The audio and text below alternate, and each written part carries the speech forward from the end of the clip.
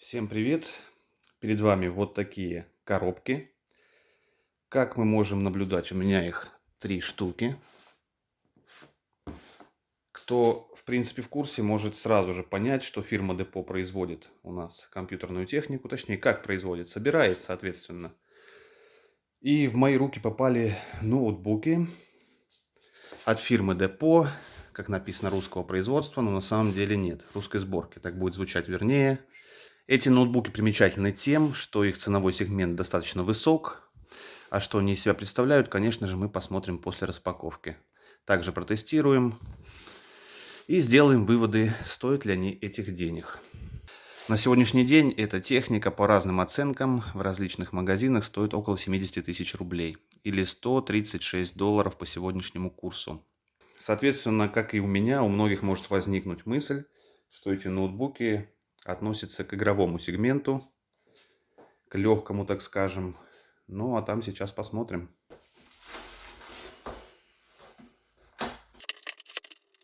Здесь есть специальная спецификация, напечатанная от Депо, по которой, в принципе, здесь мы мало что поймем.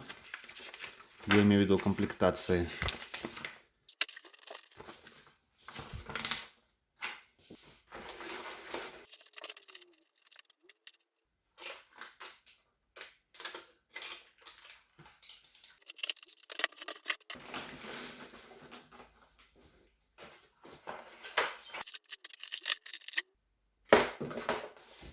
Итак, немного хочу сказать о внешнем виде и, соответственно, о материалах этого ноутбука и о некоторых фишках. Что я заметил здесь, в принципе, система вентиляции сделана очень интересно.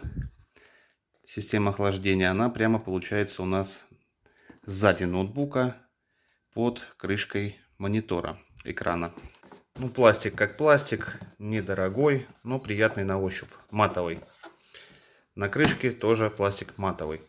Что это означает? То, что царапины здесь будут при первом же использовании. К сожалению, такой материал царапается очень быстро, это уже проверено. Итак, сзади у нас ничего особенного. Из следующих общих характеристик форм-фактора. Значит, диагональ у нас 15,6 дюйма.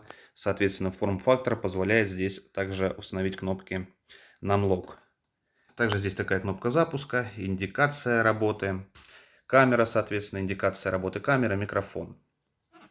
Тачскрин, соответственно. Что примечательно, тачскрин здесь достаточно большой. Реально большой. Вот моя рука, даже больше руки. Соответственно, не в каждом ноутбуке это заметишь. Реально большой тачскрин.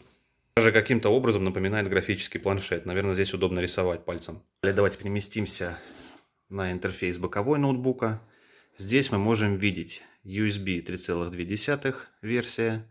Здесь их 3 штуки вроде бы с одной стороны и, соответственно, 2 с другой. Также мы можем здесь видеть VGA разъем для монитора, HDMI разъем, RJ45 для интернета, Type-C разъем, разъем для наушников, для гарнитуры, а также Card Reader и еще один разъем Type-C. Интересно, зачем их здесь 2? Также, что примечательно, Депо придумали кнопку выключения камеры. Чтобы те самые паникеры не заклеивали ее скотчем или пластырем, ее можно просто отключить. То есть, если у вас имеется мания преследования, Депо позаботились о вас. Выключаете камеру и не переживайте, никто за вами наблюдать не будет. Что, кстати, я еще не сказал по пластику, он очень маркий. Я вот только что достал ноутбук, буквально пару раз его открыл, где-то потрогал, все. Уже жирные пятна остаются от пальцев. Соответственно, если чуть-чуть попользоваться тачпадом, также сразу остаются пятна. Вот здесь я только установил винду, здесь уже пятно. То же самое на третьем ноутбуке. Ну, к сожалению, вот так вот. Такой пластик. Итак, все-таки здесь что-то русское есть. Допустим, у нас русифицирован BIOS. Здесь у нас, как видим, быстрая загрузка, конфигуратор и прочие компоненты, которые можно переключать, изменять. В общем, русский BIOS, назовем его так. Так, перейдем в boot меню. Носители не видит. В общем, сейчас устанавливаем винду, подготавливаем ноутбук, устанавливаем все драйвера. В общем, приводим его в порядок. Точнее, все 3 ноутбука. И затем проведем некоторые тесты, а также посмотрим, что у них вообще внутри. Потому что это, в принципе, самая главная тема этого видоса. Поэтому мы разберемся, что он из себя представляет за 70к рублей. Итак, ну а пока устанавливается винда, давайте пробежимся по параметрам и внутренностям, то есть техническим характеристикам данного супер устройства от Депо. И начнем мы, конечно же, с сердца этой машины, это, соответственно, процессор. Процессор здесь установлен Intel Core i5 8279U. Это у нас мобильный четырехъядерный процессор семейства Coffee Lake. Анонсирован он еще в первом квартале 2019 года, поэтому можно считать, что он достаточно свежий. Ну, в пределах, конечно же, разумного. Это у нас получается семейство 8-го поколения.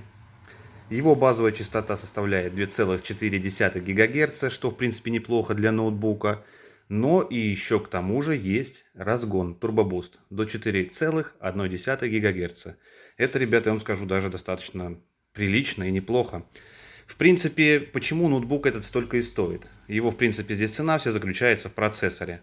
В чипе у нас имеется встроенная графика Intel Iris Plus Graphics 655 со 128 мегабайтами и DRAM памяти. Чип по-прежнему производится по 14-нанометровому техпроцессу, что неплохо. Архитектура та же, что и в предыдущем поколении, поэтому производительность на ватт не изменилась. То есть осталась такой же. Так раз мы заговорили сразу же о графике встроенной, то, соответственно, у многих возникает вопрос, а за эту цену ноутбука здесь есть ли дискретное видеоядро, видеокарточка? Ребята, нет, только встроенное. К сожалению, за такую цену мы получаем только встроенное графическое ядро в процессор, в тот самый Intel Core i5. Про количество ядер я также сказал, но хочу также подробнее сказать, что он четырехъядерный физически, а логически в нем 8 ядер.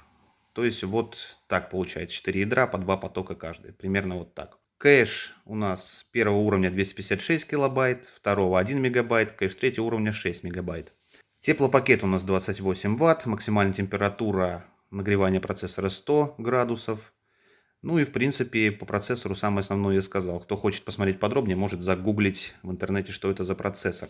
Про видеокарточку, интегрированную в процессор, немножечко расскажу. Значит, у нас это, я как сказал выше, 655 графика. Его частота ядра составляет от 300 до 1150 МГц. В принципе, звучит неплохо, но на практике, конечно, каких-то результатов эта видеокарточка дать не может. Объем памяти его около 2 гигабайт. Также он использует оперативную память для своих нужд. Соответственно, вся эта техничка мало о чем говорит. Если говорить практически, допустим, о сфере видеоигр, как себя чувствуют здесь видеоигры, ребята чувствуют отвратительно. Я вам сразу скажу. Конечно же, мы сейчас тесты прогоним, посмотрим, какие результаты они выдадут.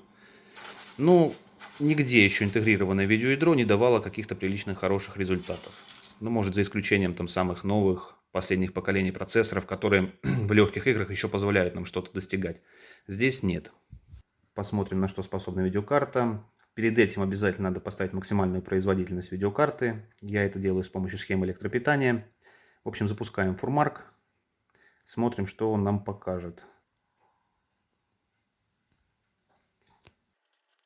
Бублик, конечно, дерганый. FPS много не будет, ребята. Это Full HD. Сейчас видеокарточка работает на максимальном режиме, потому что я везде выставил максимальную производительность. Итак, можете посмотреть на результаты. FPS, конечно, у нас всего лишь 6 на Full HD.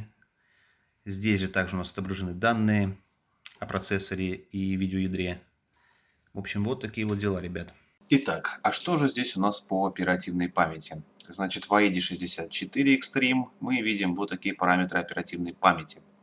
Она у нас имеет объем 8 гигабайт, частоту имеет эффективную 2666 МГц, что в принципе тоже неплохо.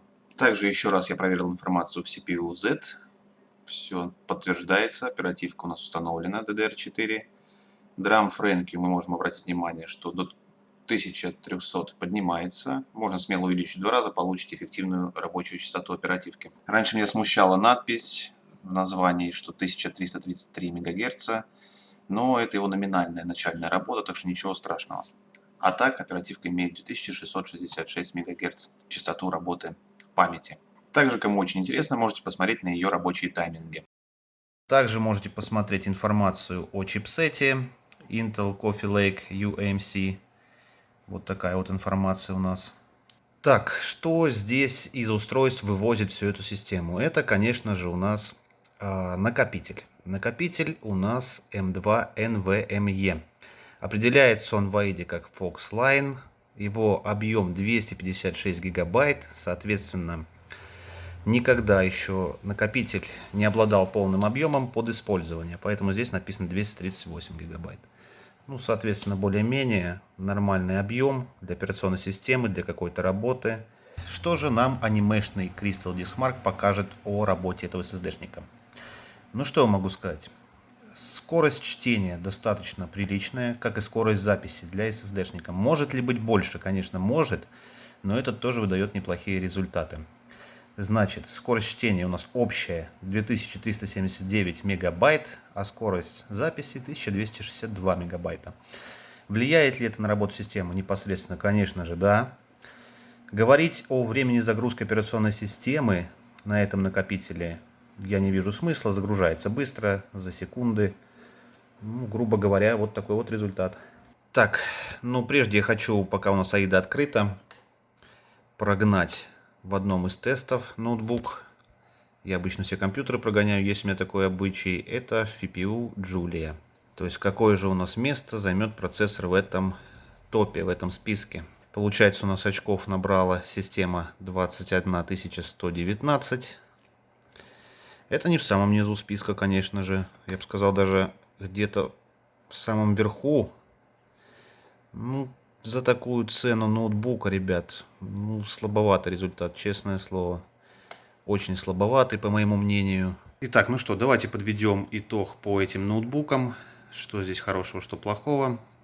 Значит, соответственно, как вы поняли уже из всех этих тестов, результатов, характеристик, что ноутбуки действительно не очень мощные. Ну, за исключением процессора, ладно, согласен. Все остальное, конечно, такое себе, хромое. Что касается фирмы Депо, фирма, соответственно, собирает ноутбуки, даже русифицировала BIOS, что достаточно интересно, так как заявлялась русская сборка.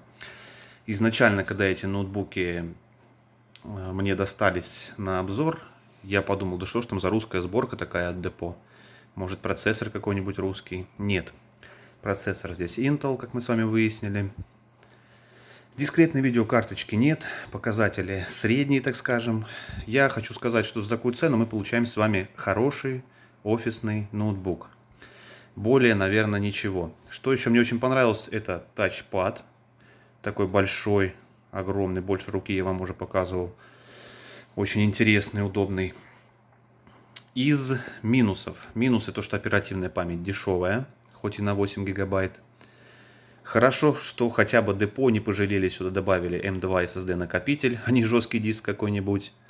В общем, вот такие вот дела. По интерфейсам USB и прочим все современное. Даже оставили VGA для подключения старых мониторов. Тоже, что интересно, неплохо. Потому что иногда он очень нужен.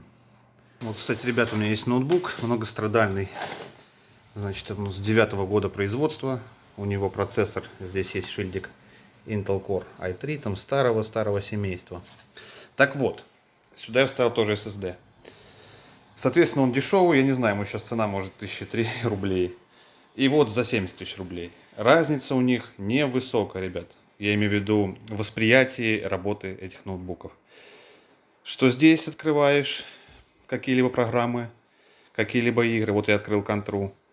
Контра здесь работает примерно то же самое, плюс-минус 5 FPS. Ну, ребят, серьезно. 70 тысяч рублей. Я понимаю, что это старый, но ему сейчас цена 3000 там, рублей. Ну, грубо говоря. Вот, пожалуйста. Какие выводы сделать здесь? Я думаю, что самые плачевные и неприятные. То, что вот эта вот машина, ну, 70 тысяч рублей, офисный ноутбук. Ну, не знаю, ребят. Это вот мое такое сугубо субъективное мнение. Ну, вот такой вот результат, ребят. Что я могу сказать? Оценивайте, ставьте лайки, пишите комментарии, что вы думаете о таких дорогих ноутбуках офисных. Нужно ли их покупать? Или, может быть, можно обойтись более дешевыми машинами? В общем, вот такая вот история.